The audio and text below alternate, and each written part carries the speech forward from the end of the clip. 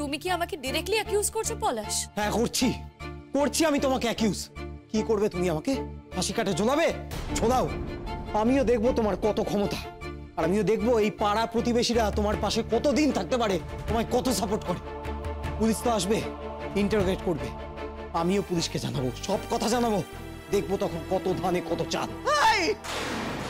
কেন রে কেন কেন কেন আজে বাজে কথা বলছিস তুই? ও কি করেছে? তোর কাছে কিছু প্রমাণ আছে? আছে কিছু প্রমাণ? চুপ কর না।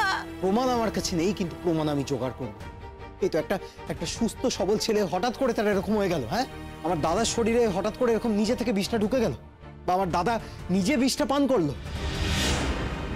যে ছেলেটা 2 ঘন্টা পরে বিয়ে, সুস্থ সবল, সবার সঙ্গে কিছুক্ষণ আগে অব্দি হই হুল্লোড় করছিল, কথাবার্তা বলছিল, তার হঠাৎ করে এরকম একটা হয়ে গেল। আমি এখনো বলছি, কে ওকে কি খেতে দিয়েছিল? বলো বলো। খাবার আমি কিন্তু ঘরে এসে দেখেছিলাম যে চায়ের কাপ প্লেট পড়ে রয়েছে। আমি কিন্তু চা দিইনি, অন্য কেউ খেয়ে দিতে পারে, কাজের লোক। প্রতিকা, আমি নিশ্চয়ই তোমার দাদাভাইকে চা করে দিতে যাবো না, এইটুকু তোমার জানা উচিত। আমি চা দিলেই যে তোমার দাদাভাই খেয়ে নেবে সেটাও নয়, ওর সাথে কিন্তু আমার আর সেই সম্পর্ক নেই। তাহলে কেন বলো তো এই কথাটা উঠছে? শুধু সব প্রমাণ হয়ে যাবে। হ্যাঁ, সব প্রমাণ হয়ে যাবে। দেখো, যখন প্রমাণ হওয়ার তখন হবে, এখন তো হচ্ছে না। আর তোমরা তো দেরি করছো, তোমরা তো দেখছি বড়দা ভাই রিজারা নিয়ে রেখেছো, আমাদেরকে কাছে ঘেঁষতেই দিচ্ছ না। এই তুতুল একদম চুপ করে থাকবি, বেশি বকবক করবি না বলে দিলাম। ছোট আছিস, ছোটর মতো থাকবি। কে ছোট? কে ছোট? ও ছোট, ও ছোট, ঠিক আছে আমি মেনে নিচ্ছি, আমি তো বড়। আমি বলছি বাধা এখনই হাসপাতালে নিয়ে যাও। দাদাবুকে বলো, শুনতে পাচ্ছিস না যে ও শরীরের মধ্যে বিষ আছে, ও মরে যেতে পারে, ওকে নিয়ে যেতে পারছিস না তোর হাসপাতালে? হ্যাঁ, একে দাদা বাবা ভাষণ দিচ্ছে, ভাষণ দেবো, কথা আমি বলে দিলাম। তোমরা এখন ষড়যন্ত্র করছো না যাবে মিলে? হ্যাঁ, আমার বউটার পেছনে লাগছিস তোরা, আমার বউটাকে ফাঁসানোর চেষ্টা করছিস, তাই না রে? যদি ফাঁসানোর চেষ্টা করিস বলে দিলাম, বলু তোকে কিন্তু আমি শেষ করে দেবো। আরে বাবু, তোরা কেন এত কথা বলছিস? ওর কিছু তো একটা হয়েছে, এমনি তো পরাগ আমার এভাবে পড়ে নেই। কিছু তো একটা হয়েছে ওর। আমি তো কিছু বুঝতে পারছি না। ও ডাক্তারবাবু, কি করে হলো বলুন না। দেখুন, আমি তো সেটা বলতে পারবো না কি করে হলো। আমি আমার অনুমান থেকে বলছি, পেশেন্টের এখন যা কন্ডিশন, ওকে ইমিডিয়েটলি হসপিটালে অ্যাডমিট করতে হবে। ওর শরীরে কতটা বিষ ঢুকেছে এটা পরীক্ষা না করে কিচ্ছু বলা যাচ্ছে না। ওই বিষটা আবার ওয়াশ করে বের করতে হবে। তাই বলছি, দেরি না করে ওকে হসপিটালে অ্যাডমিট করুন। ডাক্তারবাবু, আর কিছুক্ষণ পরেই তো দাদার গায়ে হল, দাদার বিয়ের সব অনুষ্ঠান শুরু হবে। আমি এর মধ্যে কি করে? দেখুন, বিয়েটা আগে না জীবনটা আগে? জীবনটা থাকলে তো বিয়ে সে আবার পরে করতেই পারবে। ওকে বাঁচানোর ব্যবস্থা করুন আগে তাড়াতাড়ি। টাকা পয়সা এত কিছু ব্যাপার, কি করে আমি এখন? তোমার কাছে টাকা থাকলেও কি তুমি দিতে পলাশ? দিতে না, সেটা এখানে সবাই জানে। ওকে এক্ষুনি হসপিটালে নিয়ে যাওয়ার ব্যবস্থা করা হোক, ওর যা খরচা হবে সেটা আমি দেব। টাকা না? কোত্থেকে টাকা দেবে তুমি? টাকার অহংকার দেখাচ্ছ। শোনো, সবাই ভালো করে শোনো, খুব টাকার গর্ব, টাকার অহংকার হয়েছে না? কোত্থেকে টাকা দেবে তুমি?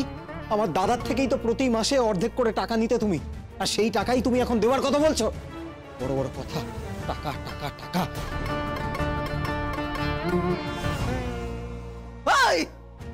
এখন মুখ বন্ধ করে পরাগটাকে হসপিটালে নিয়ে যাবি না? যদি না পারিস তো বল শিগগির, আমি ব্যবস্থা করবো, বল। অত্যন্ত অসভ্য ছেলে তুমি।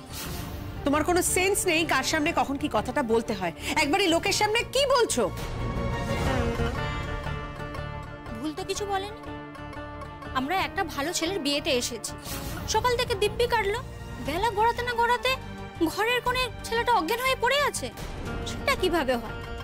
আর ডাক্তারবাবু তো নিজের মুখে বললে ওর শরীরে বিষ আছে। কে খাওয়ালো? নিজে নিজে তো বিষটা খাবে না, কেউ নিশ্চয়ই বিষ খাইয়েছে। ভাইয়ের বউ এই বিয়েটা তো উদ্যোগ নিয়ে করছে, তারা নিশ্চয়ই বিষ খাওয়াবে না। আর মা যেমন মানুষই হোক, মা ছেলের পাশে না থাকলে ছেলেকে তো নিজের হাতে বিষ খাওয়াবে না। আর বোন তো হাবলি, ওর তো কোনো জ্ঞানই নেই, তাহলে বাকি থাকলোটাকে? আপনারা ঠিক কি বলতে চাইছেন বলুন তো? প্রমাণ আছে কিছু আপনাদের কাছে? এত বড় কথা যে বলছেন। প্রমাণ তো পরের কথা, আগে আমাদের অনুমানের দাম দেওয়া হোক। আমাদের কাছে অনুমান তো কম নেই।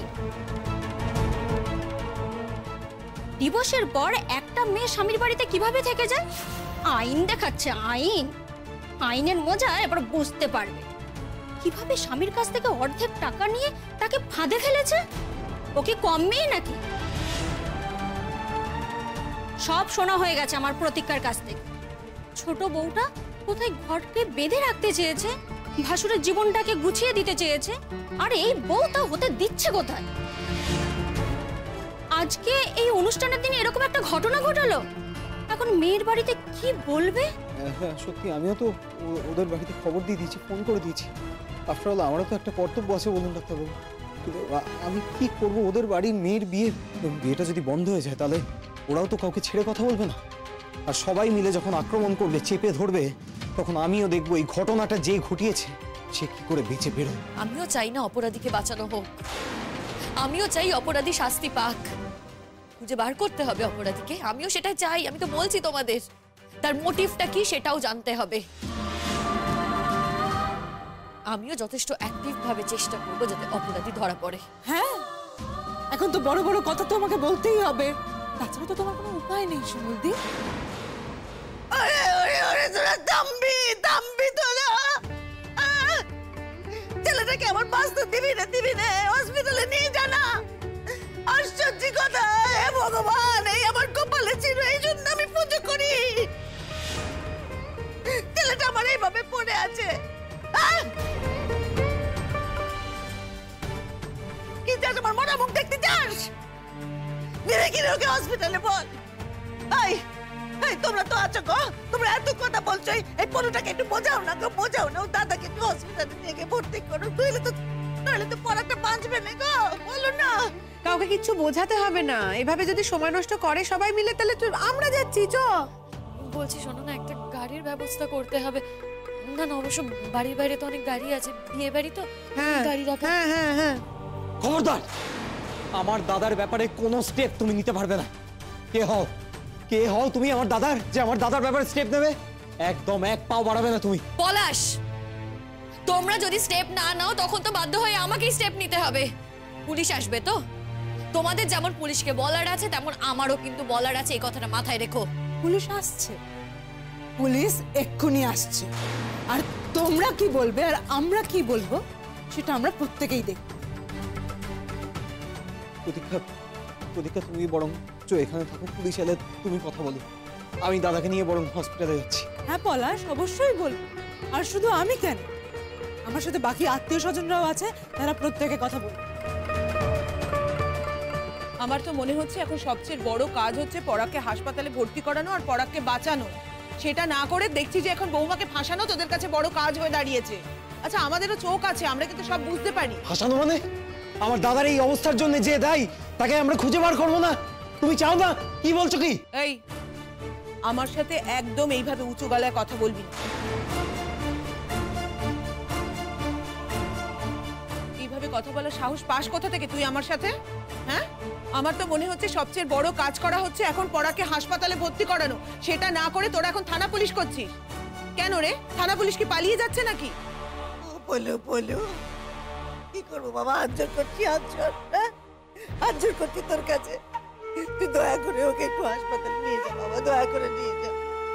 দেখ, তারপরে তুই ওই যা করিস, পুলিশ যা করিস কর। আমি তোকে বলছি, তুই আগে ওকে বাঁচা, বাবা, তারপরে যা হবে দেখা যাবে। আমরা তো সবাই চাই, আমিও চাই যে কাজ করছে তার শাস্তি হোক, চাই তো সবাই। তুই যা, আগে ওকে নিয়ে যা বাবা। এই যে বুড়ি, তুই একদম বাজে কথা বলবি না। যা এত বাবা থেকে দায় ভাষণ দিচ্ছে না, তারাই আমার কাজ করেছে। খুন করে দেবো আমি তোমাকে, বুতুল দি, খুন করে দেবো। প্রতীক্ষা, একদম এই কথাটা বলো না। যে মুখে খুন করার কথা বলতে পারে সে কাজেও খুন করতে পারে। এই যেটা বলবে না ভেবে চিনতে বলো, বেফাস কিছু বলো না যেখানে তুমি নিজেও ফেঁসে যেতে পারো। আমি বাসবো। তোমার লজ্জা করে না শিমুলদি? তোমার লজ্জা করে না? তুমি এই মানুষটার এত বড় সর্বনাশ করলে। আজকে না হয় এই মানুষটা তোমার স্বামী নয়, কিন্তু একটা দিন তো ছিল বলো। আর এতই যখন আঠা, তখন ডিভোর্সটা দিতে গেলে কেন? তুমি কিন্তু এবার সরাসরি অভিযোগ করছো প্রতীক্ষা। সামলাতে পারবে তো? এই যে শিমুলের নামে মিথ্যে অভিযোগ করছো, ও কিন্তু চাইলে তোমার এগেইনস্টে মানহানির মামলা করতে পারে। যা করবে করে দাও, ভয় দেখাচ্ছ নাকি? तुमको डर लग रहा है क्या प्रतीक्षा? अगर नहीं लग रहा है तो लगना चाहिए, क्योंकि আমরা না তোমাকে ছাড়বো না। হ্যাঁ, তুমি जो सब भी করেছো না, वो सब कुछ एविडेंस আমাদের কাছে আছে, और ये सब আমরা ভুলিনি। तुम भी मत भूलो, तुमने जिस तरह से शिमूल को मारने की कोशिश की, ये सब भी আমরা भूलिनी।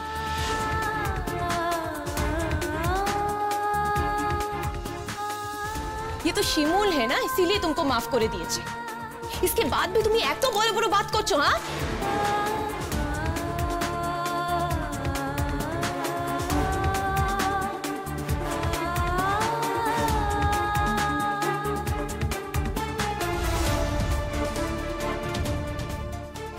এই তো স্যার, স্যার আপনারা চলে এসেছেন। স্যার আপনাদের যা ছবি টবি তোলার একটু প্লিজ তাড়াতাড়ি করে নিন, আমি আপনাকে পরে সব কিছু গুছিয়ে বলবো।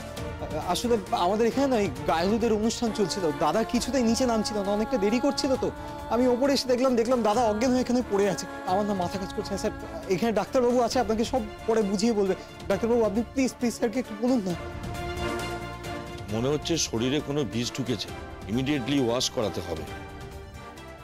তোমরা শোনো, বলছি আমাকে একটু হেল্প করো না, দাদাকে একটু তুলতে। বিপাশা দি, আমিও না যেতে চাই গো। কেউ কোথাও যাবে না, আমরা এফআইআর করছি। অফিসার, উনি শিমুল, পরাগ ব্যানার্জির এক্স ওয়াইফ। কিছুদিন আগে ওনাদের ডিভোর্স হয়, আপনারা তো সবটা জানেনই। আর আজকের দিনে দাদা নিজের পছন্দের একজন মানুষের সঙ্গে নতুন করে আবার নিজের জীবনটা শুরু করতে চলেছে।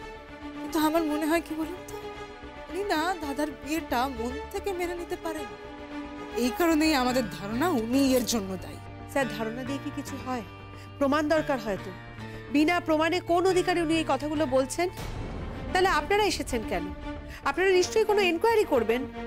হ্যাঁ, নিশ্চয়ই এনকোয়ারি করব। তবে যিনি কমপ্লেনেন্ট, তার কিছু একটা সন্দেহের কথা তিনি বলতেই পারেন। হ্যাঁ, আগে ওকে হসপিটালে নিয়ে শ্যামল একটু দেখিস যেন লাগে না রে, লাগে না কেন? থ্যাংক ইউ স্যার, আমাকে কথা বলার সুযোগ করে দেওয়ার জন্য। দেখুন, জলজান্ত একটা মানুষকে মেরে ফেলতে চেয়েছে, আমি বলবো না কেন? আমি জানি না ঠাকুর কি করবেন, তবে মা, আমি তোমায় একটা কথা বলে রাখি। এই যে এই বড় বউ করে তো তুমি 10 ঢোক জল বেশি খেতে। এখন দেখলে তোমার ছেলের জীবনটা নিয়ে কিরকম ভাবে চিরিমিনি খেলছে তোমার বড় বউ। নিয়ে নিল তো জীবন। আর এখন প্লিজ মা, তুমি না প্লিজ আমাদেরকে এটা বলো না যে আমরা দাদাকে মেরে ফেলতে চেয়েছি, আমরা তোমার বড় ছেলেকে মেরে ফেলতে চেয়েছি। কাজ যে করেছে,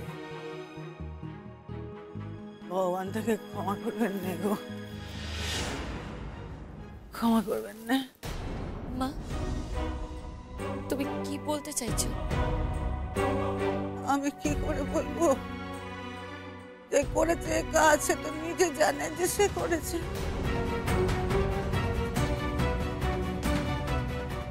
আমি যাই বললাম যে ভগবান তাকে ক্ষমা করবেন না।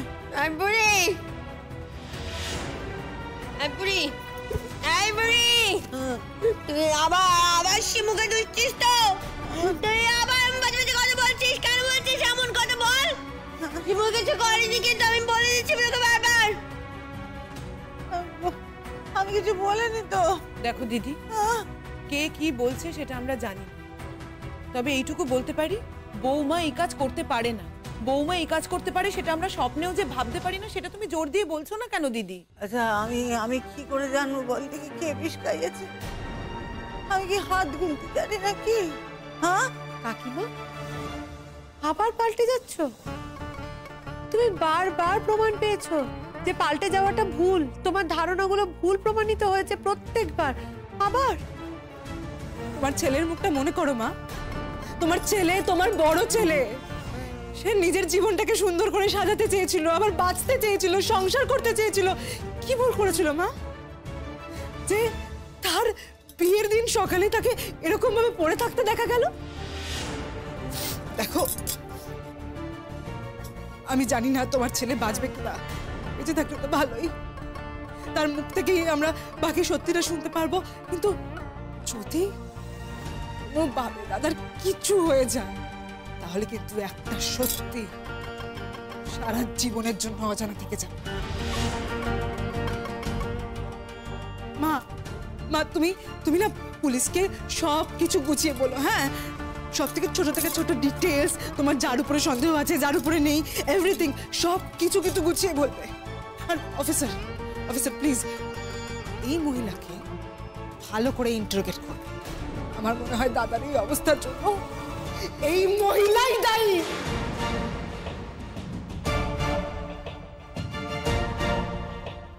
দেখুন, আপনাদের বাড়ির কেস অনেক বাড়ি তো আমাদের কাছে এসেছে, ভালো মন্দ সব কিছুই আছে।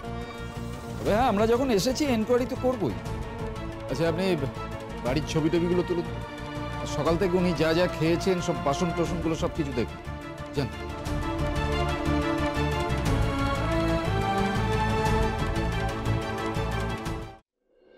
এবার আপনার সঙ্গে কথা বলতে চাই।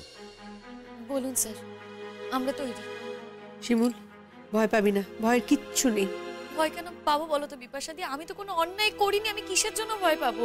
সেটা তো আমরা জানি, কিন্তু ওরা তো তোকে ফাঁসানোর চেষ্টা করছে। আচ্ছা সুচরিতা দি, ফাঁসানোর চেষ্টা করলে আমি ফেঁসে যাবো যেখানে আমি কিছু করিনি। শিমুল, বহুত কুছ হোতা রেহতা হ্যায়, তোমাকে স্ট্রং থাকতে হবে শিমুল, তাই না? আপনার এক্স হাজবেন্ডের সঙ্গে আপনার বাক্যালাপ ছিল? না স্যার, তবে কাল উনি আমাকে নেমন্তন্ন করতে এসেছিলেন। এসেছিলেন মানে? স্যার, আমরা একই বাড়িতে থাকি, কিন্তু আমি তো এই বাড়িতে গেস্টের মতো। ওর যেহেতু বিয়ে, ও তাই আমাকে নেমন্তন্ন করতে এসেছিল যাতে আমি ওর বিয়েতে পার্টিসিপেট করি। আচ্ছা, আপনি কি এই বিয়েটা মেনে নিয়েছিলেন? স্যার, আমার তো না মেনে নেওয়ার কিছু নেই। ও একটা আলাদা মানুষ, আমি একটা আলাদা মানুষ। যেখানে ওর সাথে আমার কোনো সম্পর্কই নেই, ও যদি সিদ্ধান্ত নেয় ও বিয়ে করবে, সেখানে তো আমার কিছু বলার থাকে না। এখন ভালো ভালো কথা বলছি। আপনি চুপ করুন, আপনি এখন কোনো কথা বলবেন? আপনি বুঝতে পারছেন না স্যার, বাড়িতে বিয়ে, একটা মেয়ের কি অবস্থা, আর আমার ভাসুর যদি বেঁচে না থাকে তাহলে। এই মেয়ে, কি গো, তুই তখন থেকে খালি বারবার একই কথা বলছো, বাঁচবে না, বাঁচবে না, বাঁচবে না। ও কি কথা বলি কেন গো? কেন বাঁচবে না পরাগ? আমি বলছি পরাগ বেঁচে ফিরবে। প্রার্থনা করছি তো, আমি প্রার্থনা করছি ঠাকুরের কাছে, ঠাকুর ঠিক আমার কথা শুনবে।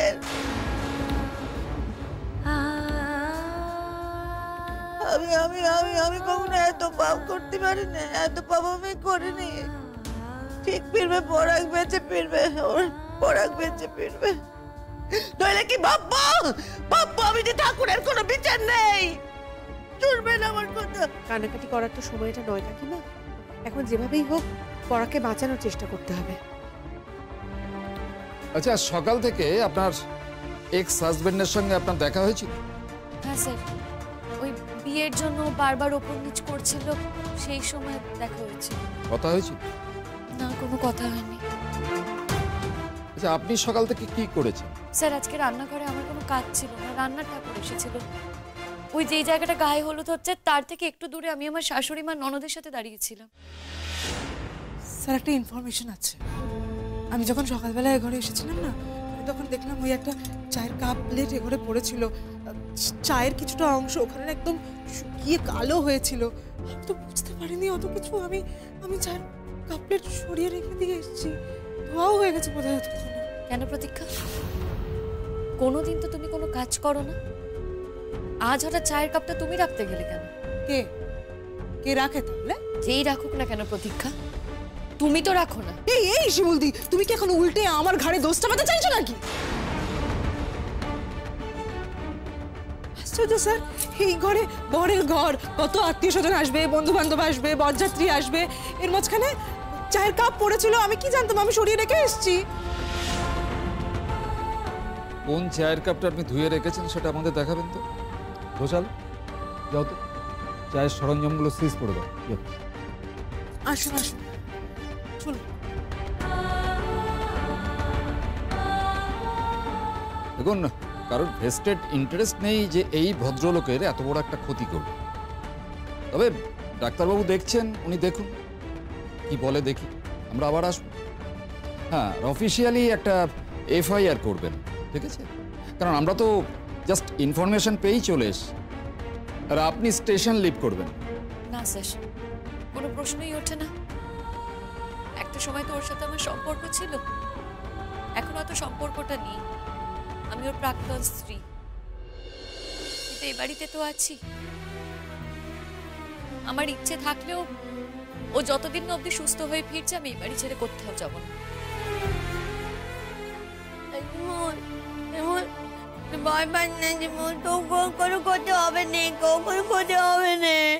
ও পুলিশ বাবু, শুনুন না, দেখুন আমি শুধু এইটুকু চাই যে আমার ছেলেটার যে ক্ষতি করেছে তার যেন শুধু শাস্তি হয় গো, তাকে শাস্তি দিও তোমরা। দেখুন, আমরা তো সেই জন্যই আছি, আপনি চিন্তা করবেন। হ্যাঁ, আমরা দেখব, নিশ্চয়ই দেখব, আমরা বিবেচনা করব। আপনার ছেলের প্রতি যে অপরাধ করেছে সেই ব্যক্তি যেন অবিলম্বে ধরা পড়ে, নিশ্চয়ই আমরা দেখব, তার যেন সঠিক বিচার হয়। স্যার বলছি, আপনার আর কোনো প্রশ্ন আছে আমার কাছে? আপাতত আর কিছু নেই। আচ্ছা, আপনাকে একটা প্রশ্ন করছি। আপনার ছেলে আর বৌমার তো ডিভোর্স হয়ে গেছে, আপনার ছেলে আবার বিয়ে করছে, তা এই ব্যাপারে আপনার বৌমা আপনার কাছে কোনো আপত্তি প্রকাশ করেছিলেন কি? না গো, আমার বৌমা কখনো আপত্তি করে না, বরং 100 বার এগিয়ে দিয়ে এসছে। এক এক সময় আমার কেমন যেন একটু অস্বাভাবিক লেগেছে জানেন। আমার মনে হয়েছে যে হাজার হোক স্বামী তো সে অন্য একটা মেয়েকে বিয়ে করতে যাচ্ছে। বুঝলাম তাদের ডিভোর্স হয়েছে, কাটান ছাড়ান হয়ে গেছে, কিন্তু তবু নিজের স্বামী তো।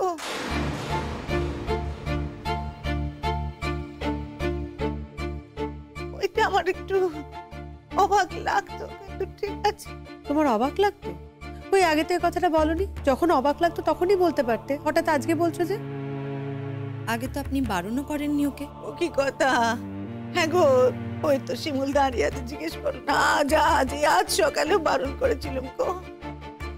আমি বললাম তো বৌমা, তোমার বুকের ভেতরটা যে ভেঙে যাচ্ছে আমি বুঝতে পারছি গো, এই কথা বললাম। তাতে বৌমা বললে যে না মা, আমার কোনো কষ্ট হচ্ছে না। বললে কথা জিজ্ঞেস করো না, জিজ্ঞেস করো, কষ্ট হচ্ছে না শুনে আমার একবার মনে হলো যে আমার ছেলেটাকে তো বৌমা কোনো কারই ভালোবাসে না, হয়তো তার তো একটু কষ্ট হতো, কষ্ট হওয়ার তো কথা। ও দিদি, তুমি কি বলতে চাইছো? আরে আমাকে পুলিশ বাবু জিজ্ঞেস করলেন যে, আমি তাই বললুম। না না শোন না, অমন করে তাকাচ্ছিস কেন তোরা? আমার বিশ্বাসটুকু আমি বলেছি না, তোদের বিশ্বাসের সঙ্গে আমার বিশ্বাস হয়তো মিলছে না, তাই বলে আমার জিজ্ঞেস করলে আমি আমার মনের কথাটুকু বলবো না।